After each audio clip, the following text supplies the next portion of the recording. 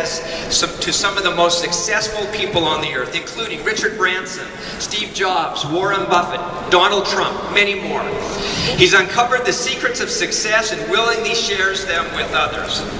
Darren mentors many of today's high-performing CEOs. He advises many large boards, sits with many corporations and many companies and nonprofit organizations.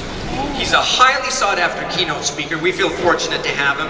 He's a media contributor and New York Times best-selling author, and I know one that all of you absolutely love, The Compound Effect, not to mention Living Your Best Year Ever. The thing I love about Darren is he champions the message of success, hope, and abundant opportunities to millions and millions of people. He really has the ability to distill the best information and the strategies available and make it very doable for us. And then he adds in his own street-tested principles and success to mentor millions of people so that they can achieve success. Before Darren comes on the stage, we have a short video that we'd like to show.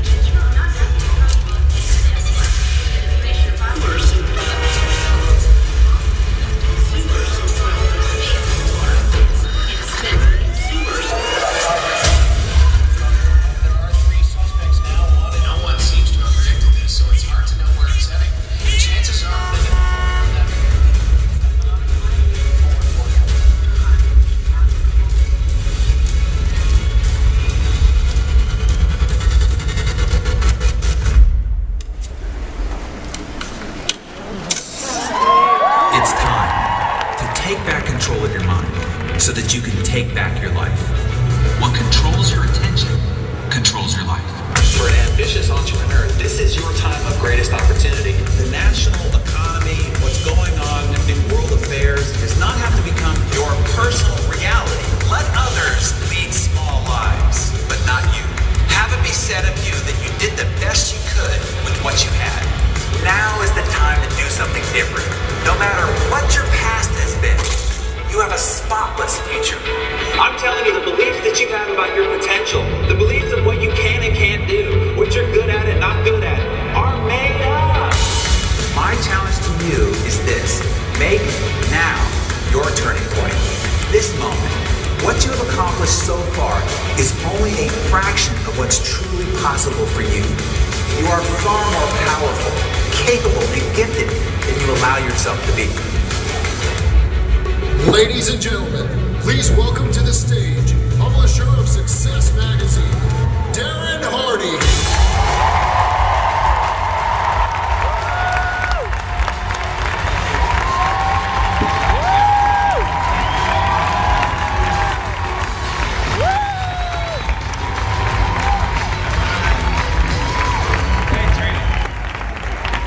Thank you for that. Well, good morning. Wow, you guys look good. You work out?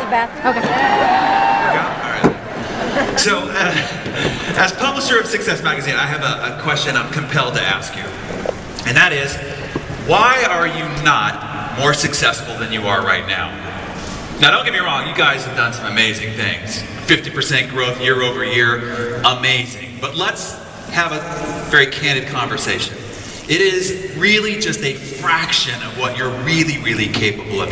Most of you, your results are nowhere near what your true potential is. And so what is it that keeps holding you back? Let me ask you a question. How many people here, no matter how successful you are right now, want to be more successful? Okay.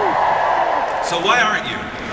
What's stopping you? So I've asked that question to the 3 million readers in Success Magazine, stages all over the world. Let me clear up for you what I keep hearing as the #1 myth for why people say they are not more successful than they are right now. First of all, how many of you had a very nice, normal, and happy childhood? How many?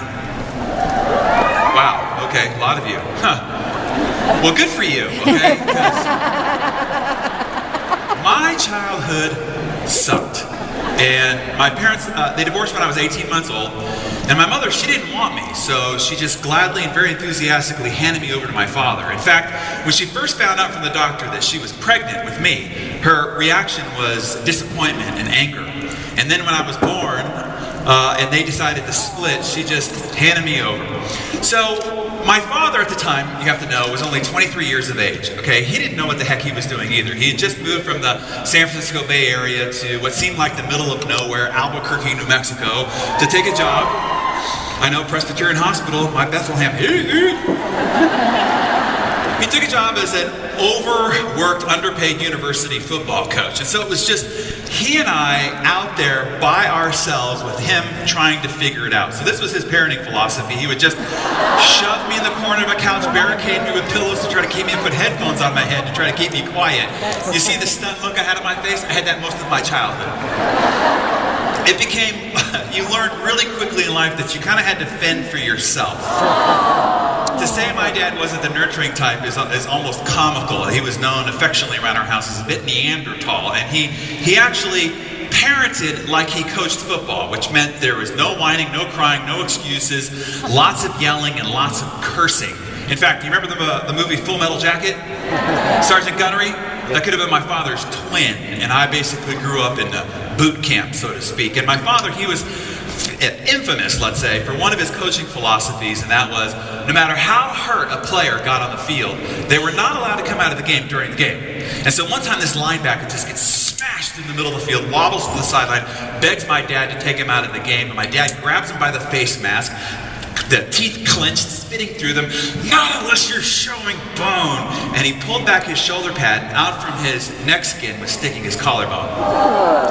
So anytime any of us kids said, "Dad, we're sick, we can't go to school," he'd yell from the other side of the house, what? Not unless you're showing bone. And we'd have to drag our sorry butts out to school. When I was 4 years of age, he married my stepmonster. Did not mispronounce that. And they went on to have 2 other children, and because in her eyes I was of the other woman, she did everything she possibly could to try to ostracize me from the family at every turn. I was literally a redheaded stepchild. And you can see my father cut my hair, which I think I suffer more emotional trauma from than anything else. Now I tell you all this to tell you this. I stand before you this morning as the high-functioning achiever because of this highly dysfunctional childhood.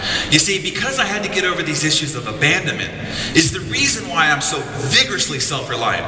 Because I had this football coach, Neanderthal-like father, is the reason why I'm so driven.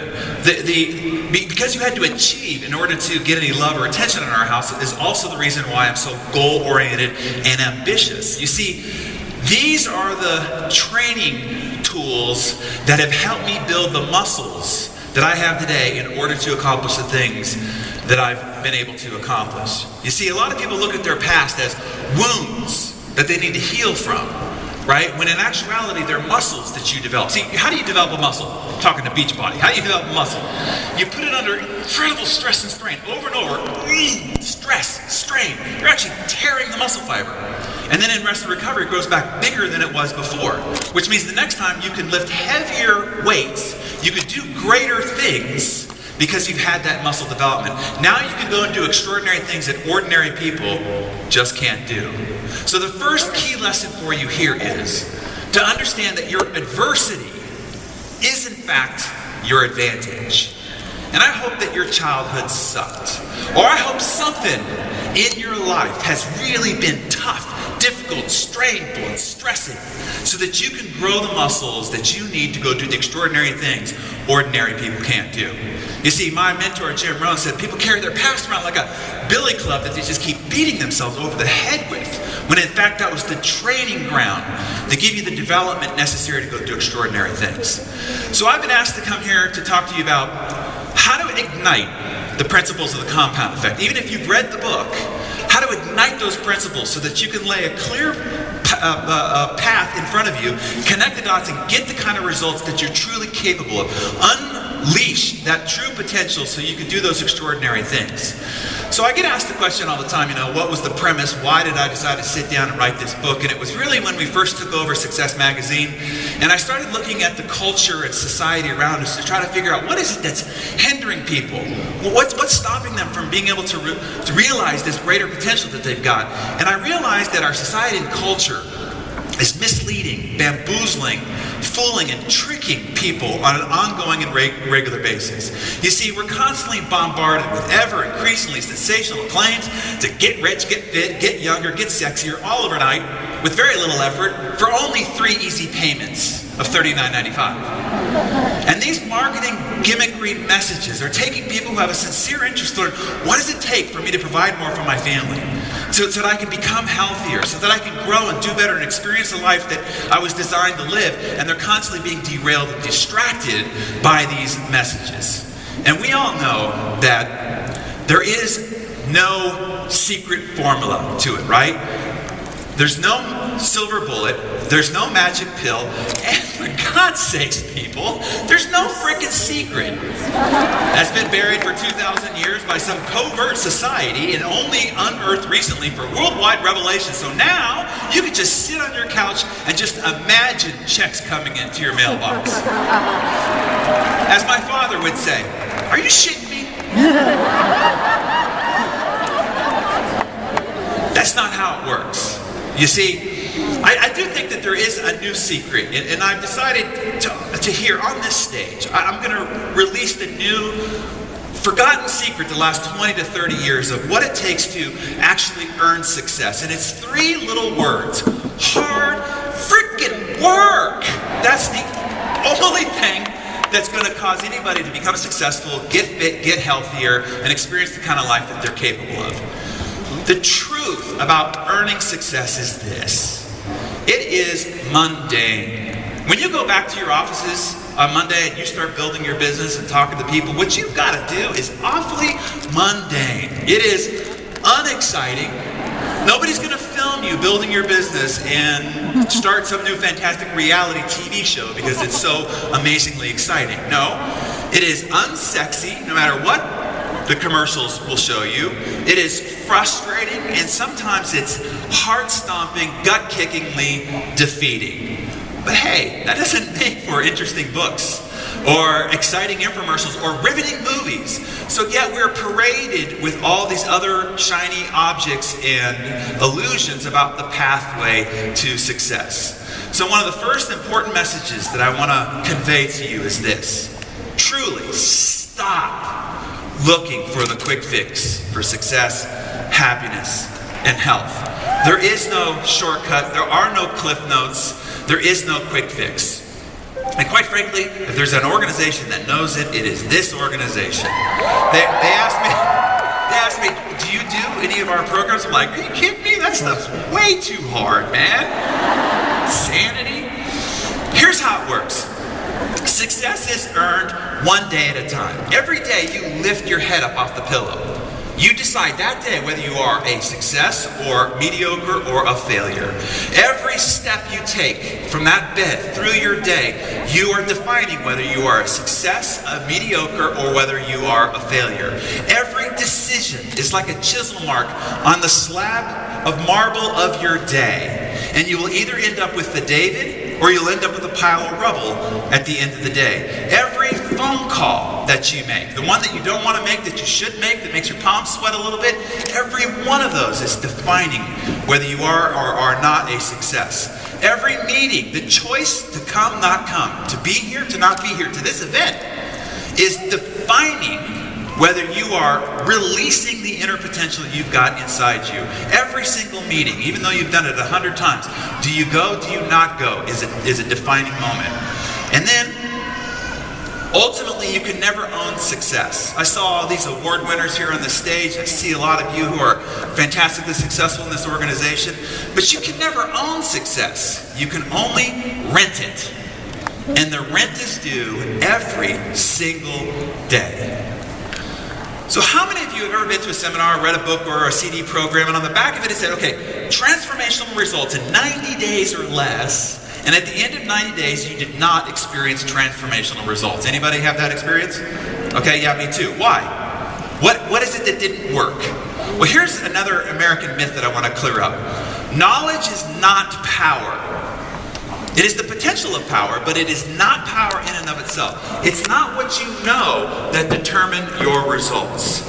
It's what you do with what you know that determine your results. You see, there are a lot of broke geniuses in our society. A lot of people who know a lot of stuff about a lot of things and are broke because they apply none of it to their personal life. I love this stat here. 44% of doctors who are academically trained professionally dispense the advice of how poor eating and lack of exercise will kill you. 44% of them are overweight. Or as the philosopher Morpheus said, there's a difference between knowing the path and walking the path, right? So as I go through these fundamental concepts of what entails creating great success, I don't want to have this happen. In your mind, I don't want you to say, oh, I already know that. Instead, I want you to ask yourself 3 questions. Number 1, am I doing that? Because you might know it, but you might not actually be doing it. And the second thing is I'm doing it, but have I mastered it? Have I reached the highest level of execution on that idea? And the third, really most important question to ask yourself is, would my results prove that I've mastered it? Would my waistline prove that I've mastered it? Would my bank account prove that I've mastered it? Would the size of my organization, the intimacy of the relationships in my life prove that I've mastered it? If we called your spouse, would they say, oh yeah, they've in fact mastered all the principles of success? And if you're sitting there going, well, just don't call my spouse, then there's still something here yet to learn, to master, and to apply. As Samuel Johnson said, people need to be reminded more often than they need to be instructed. So if we could just take some things that you've heard or you know in the back of your mind and bring them to the front of your mind, clear the clutter of all the rest of that confusing and bamboozling stuff and give you a clear pathway towards success. Now we can ignite those principles in your life and you can take them to any height, maybe even one day to the cover of Success Magazine. So I want to give you what I call the operating system underneath which all success is built on top of. It's kind of like this. You could have the world's greatest software designed by the greatest engineers, tens of millions of dollars invested into it, and if you install that software on a computer that has a faulty operating system, what happens? It's buggy, it crashes, it doesn't work. Now the user can often make the mistake of saying, oh, it was that crappy software, that's what didn't work.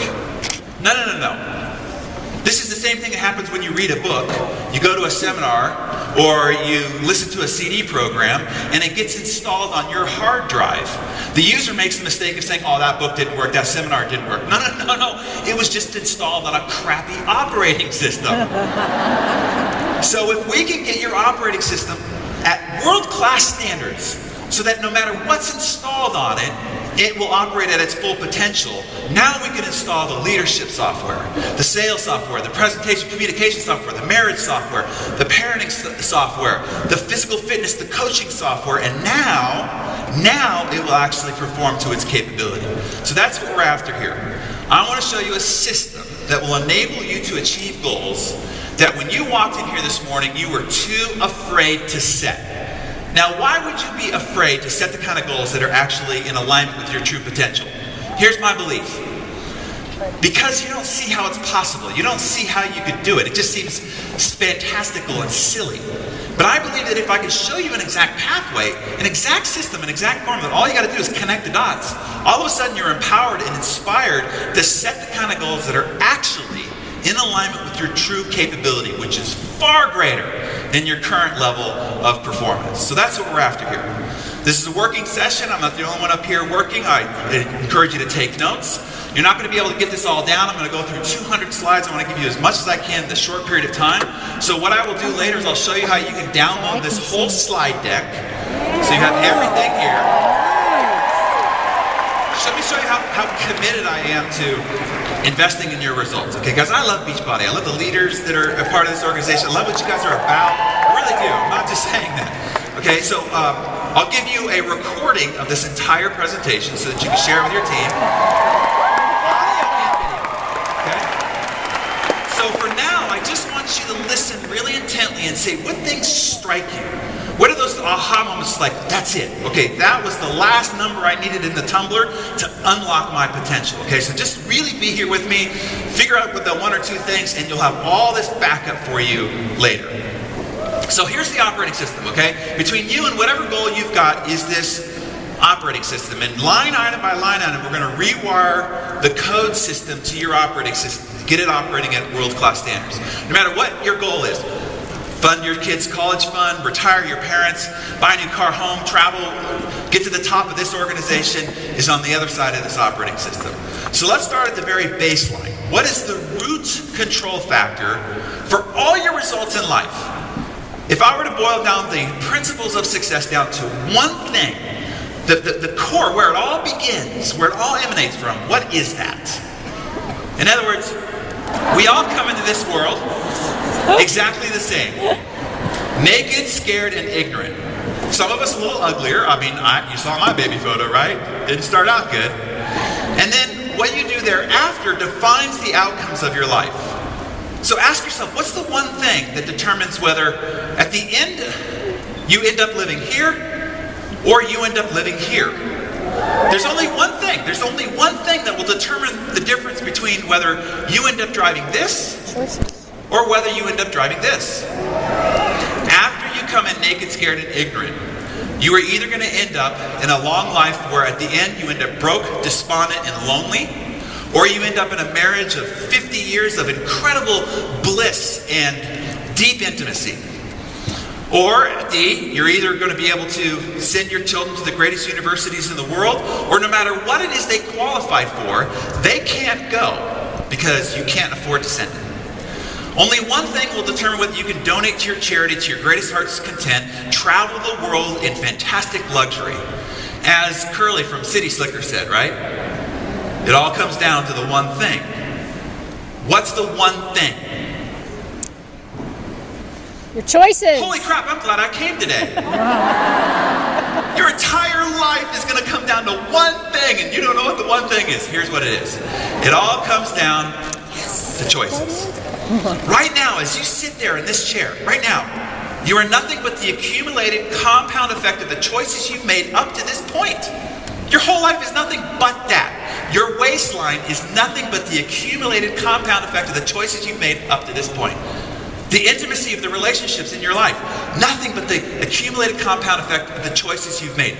Your income, the size of your organization, your bank account, nothing but the accumulated compound effect of the choices you've made. So if we're going to change the trajectory of your life, starting today, we have to go down to the core root cause of it all, and that is your choices. So now you might be asking, so choice is the first line of code in the operating system. You might be asking, what choices? Because we're faced with hundreds of choices all day throughout the day. What choices matter the most? How many people here have ever been bit by an elephant? No? Mosquito. Anybody ever been bit by a mosquito? It's considered to be the #1 deadliest animal on the planet to the human species. See, nature provides clues. It's always the little things in life that will bite you and ultimately get you. The question I'm asked most often is, okay, you see these people that are in the cover of Success magazine. There's 7 billion people on the planet, and we only get to pick 12 each year to be on the cover of Success magazine. So the question is what is it that these 12 people did differently than 7 billion to get them on the cover of Success magazine? So let me first start with the things that they didn't do, because these are the myths that people believe these people did in order to get on the cover of Success magazine. So here's not the key to their great success. Any heroic feats. Nobody you see on the cover of Success magazine would be deemed a hero. They didn't do anything heroic. They also didn't perform any grand acts of bravery. This is another legend and myth in American culture, which is just leap and hope that the net appears. Oh, don't do that! Because you'll bounce really hard. Uh-oh, I just crushed my dealio. Let me to go fix that. See what happens when you leap?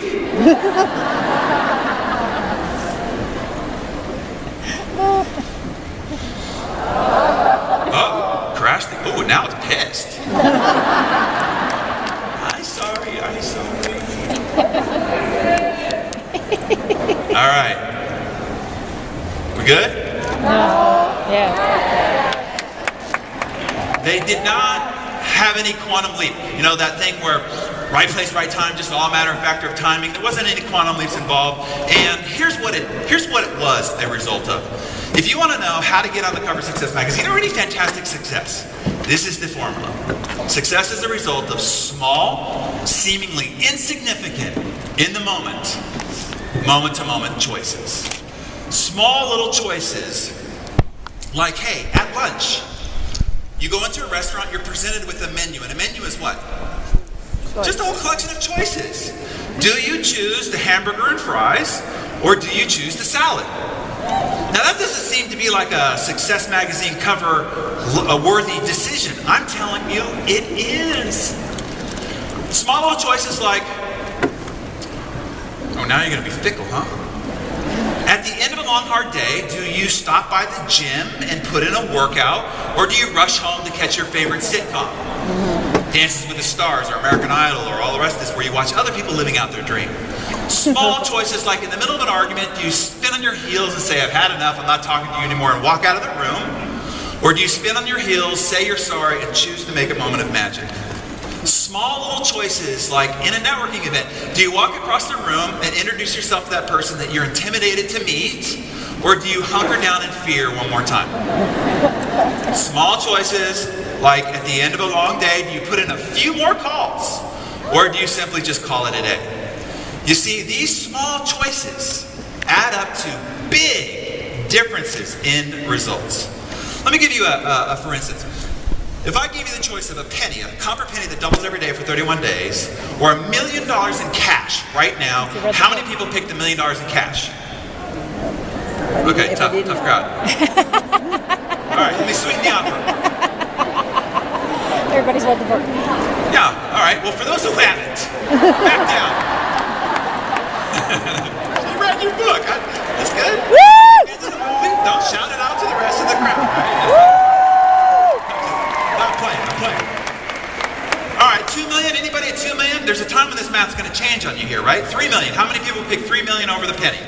Well, you're so smart, you knew, but your neighbor did not know. So let's take the difference between you and your neighbor, right? Because this is the way, and what I want you to discover is not the actual math, but the experience that goes along with the process of making one choice over another. You see, let's say you pick the penny, and you're 5 days into it, and your lousy penny is only 16 cents. Meanwhile, your neighbor is partying like a rock star next to you because they picked $3 million. And you're going, this doesn't seem like a wise choice. 10 days later, your penny's turned into $5.12, not enough for a Happy Meal, not that you'd ever order one of those. But your neighbor is out on the water, on a yacht with Robin Leach, drinking champagne, having caviar wishes, right? Day 20, your penny's $5,242. All along the way, they got $3 million having a grand old time. Well, you know, and wise enough to know, that your penny at the end of 31 days turns to $10,737,000. Now here's the key point. This is the reason why Einstein called compound interest the eighth wonder of the world.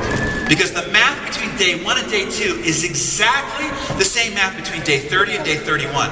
But the results that are visible are dramatically different. Which means that the choices you're going to make here today, this afternoon, is the same choices you'll make 20 years down the road.